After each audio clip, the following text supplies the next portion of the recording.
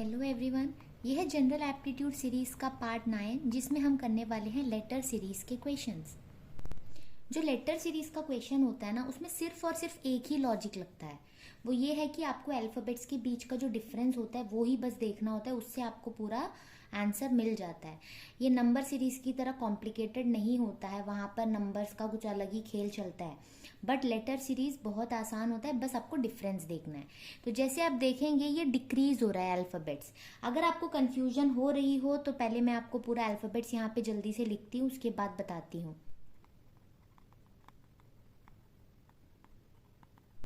तो सीरीज में जो पहला अल्फाबेट दिया था वो है वाई, वाई के बाद दिया है वी, वी के बाद दिया है एस, एस के बाद दिया है पी। तो आप यहाँ पर एक पैटर्न नोट करना, इन दोनों के बीच में दो अल्फाबेट है, इन दोनों के बीच में भी दो अल्फाबेट है, एस और पी के बीच में भी दो अल्फाबेट है। तो सिंपल सी बात है, पी के बाद भी दो अल्फाबेट छोड़ने के बाद जो आएगा वही आपका आंसर होगा, यानी कि एम। तो ये बहुत आसान होता है लेटर सीरीज। हम यहाँ पे 10 क्वेश्चंस देखेंगे। पहले आप खुद से ट्राई करिए, बहुत इंटरेस्टिंग होगा आपके लिए, क्योंकि इसका आंसर आपको खुद ब खुद मिल जाएगा। तो आप बहुत कॉन्फिडेंट फील करेंगे। तो पहले खुद करिए, फिर आप आंसर चेक करिएगा। ये मैंने शुरू का तो बहुत सिंपल लिया, 1 अल्फ़ाबेट वाला। इसके बाद हम ग्रुप ऑफ अल्फ़ाबेट्स वाला भी क्वेश्चंस करेंगे, ठीक है। अब यहाँ पर देखिए, मैं पूरा अल्फ़ाबेट नहीं लिख रही हूँ, सिंपली जो हमारा सीरीज़ है वो ऐसे लिख लेती हूँ यहाँ पर, जिससे आपको एक क्लैरिटी हो जाए। क्योंकि ये इंक्रीज हो रहा है तो हमें यहाँ पे ज़रूरत नहीं। जब वो बैकवर्ड्स होता है ना, तो हम थोड़ा सा, क्योंकि बैकवर्ड्स हम अल्फ़ाबेट बोल नहीं पाते हैं, तो आप चाहे तो अल्फ़ाबेट्स पूरा लिख लीजिए। अब आप यहाँ पर अगर देखें, ए के बाद सीधे बी आता है, ठीक है, यानी कि सिर्फ एक अल्फ़ाबेट ऐड हुआ है। बी के बाद अगर आप देखें, बी के बाद सी देन डी आता है, यानी यहाँ पर सी आता है बीच में, एक अल्फ़ाबेट है ना। अब डी के बाद अगर आप देखेंगे तो ई, एफ, उसके बाद जी आ गया। तो आपने यहाँ पर देखा, यहाँ पे बीच में कोई अल्फ़ाबेट नहीं था, यहाँ पर इन दोनों के बीच में एक अल्फ़ाबेट है, इन दोनों के बीच में दो अल्फ़ाबेट है, तो फिर इनके और ये मिसिंग वाले के बीच में तो 3 अल्फ़ाबेट्स होगा।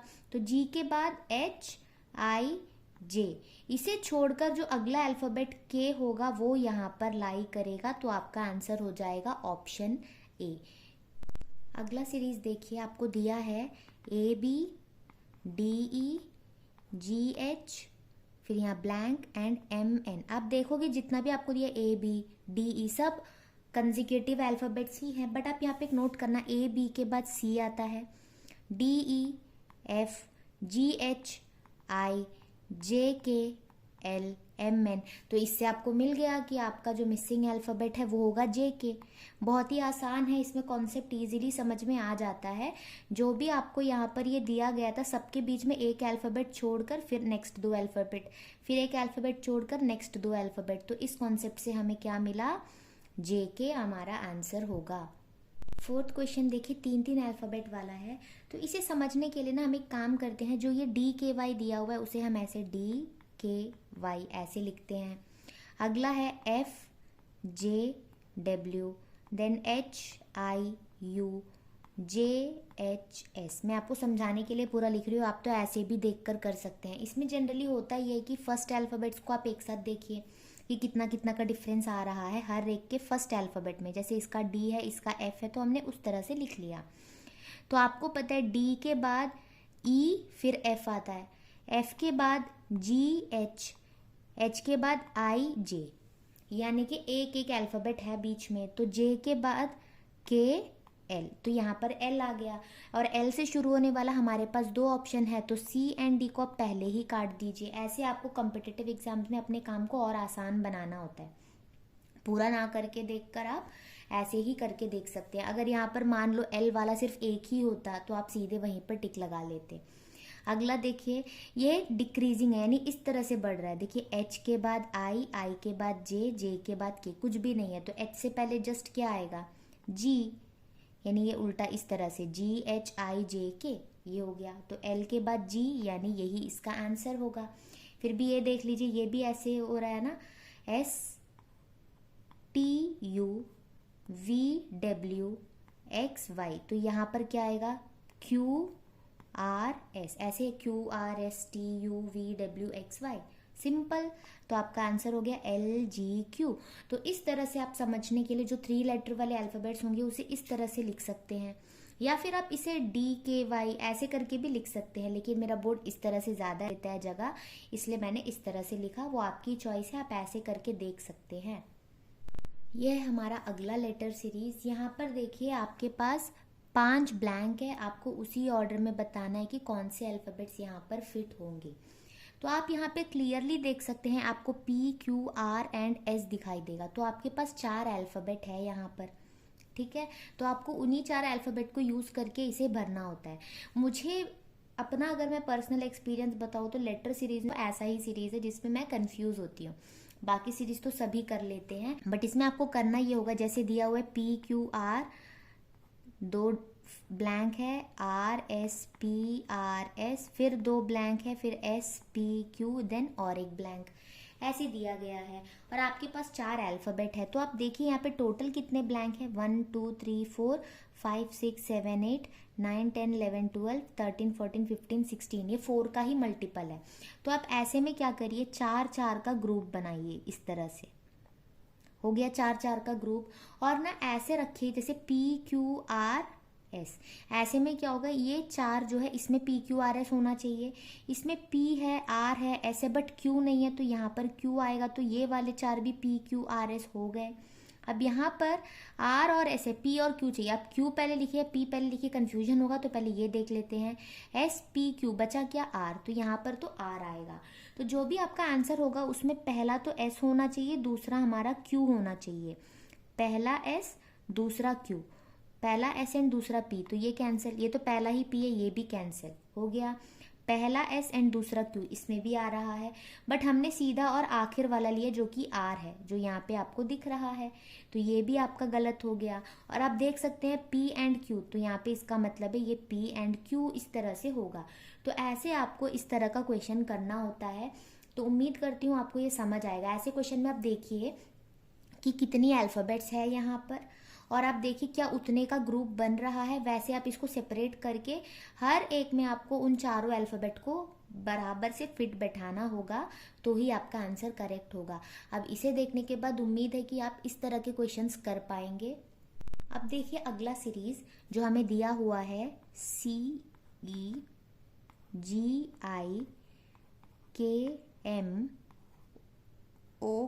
अब आगे का हमें निकालना है, तो हम ऐसे देखते हैं, C के बाद DEFG, तो 3 अल्फ़ाबेट के बाद G आता है, G के बाद HIJK, K के बाद LMNO, तो उसी तरह से O के बाद PQRS आना चाहिए।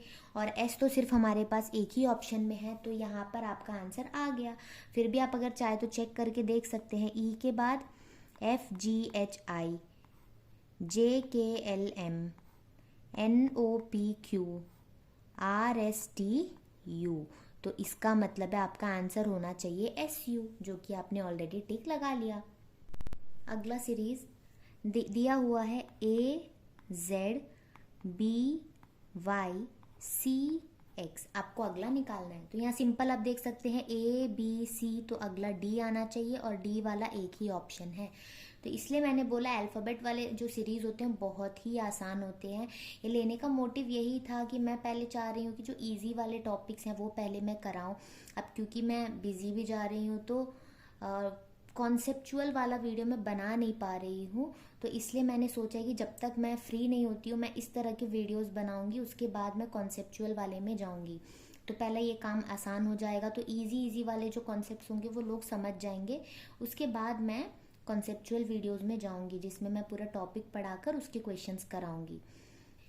तो ये जस्ट फन के लिए है, क्योंकि इससे आपका भी कॉन्फिडेंस बूस्ट होगा अगर आप ये वीडियो देख रहे होंगे तो, क्योंकि ऐसा लेटर सीरीज उतना कुछ टफ होता नहीं है, इसलिए मैंने ये लिया है ताकि आप इजीली इसे समझकर कर पाएँ। अब आप यहाँ पर अगर देखें, ये ऐसे इंक्रीज हो रहा है XYZ, तो X से पहले क्या आता है, W, तो आपका आंसर होगा DW, जो कि आपने टिक लगा लिया। अगला क्वेश्चन है ANBOCP डी क्यू आगे का आपको निकालना है। तो ये देखिए ए बी सी डी, तो अगला ई होगा। और इस क्वेश्चन में देखिए सब में पहला अल्फाबेट ई ही दिया हुआ है, तो आपको दूसरा निकालना ही पड़ेगा। तो दूसरा कैसे निकालोगे, N O P Q R, ये बहुत आसान था, इसका आंसर है ई आर। अगला सीरीज है S H G R I F Q J E P K D.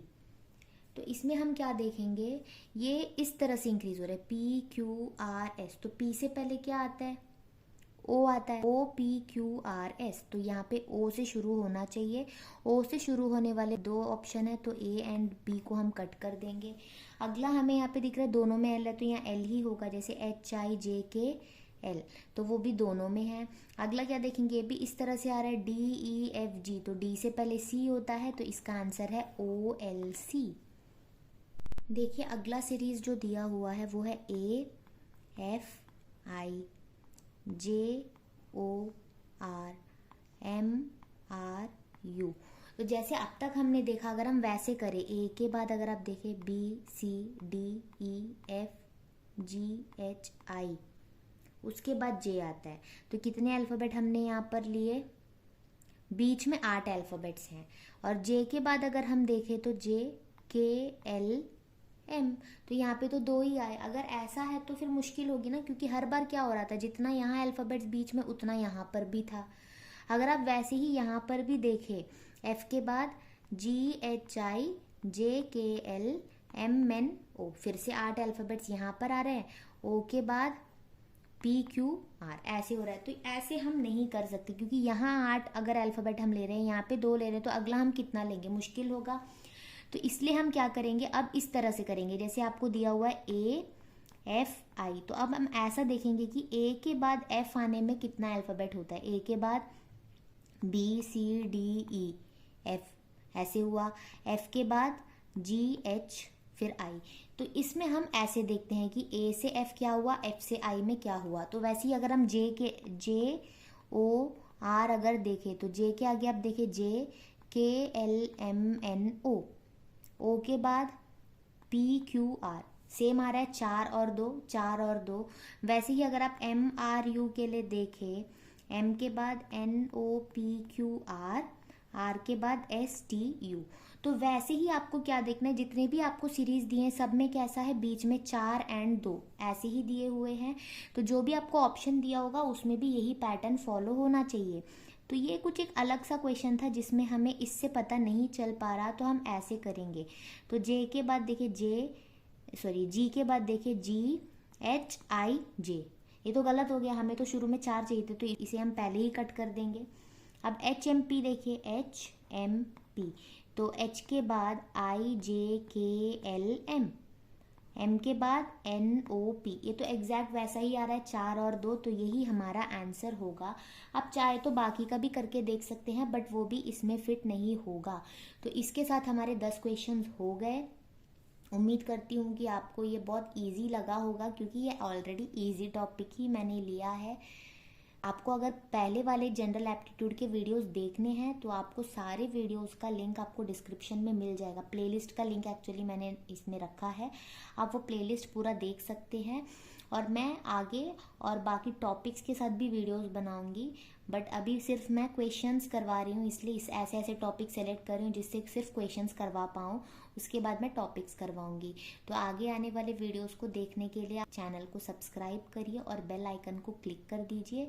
और मैं चाहती हूँ कि आप भी कुछ टॉपिक्स मुझे रेकमेंड करें, ताकि मैं उन टॉपिक्स पे वीडियो बनाने का सोचूं और उस टॉपिक में मैं वीडियोस को लाऊं। Thanks for watching.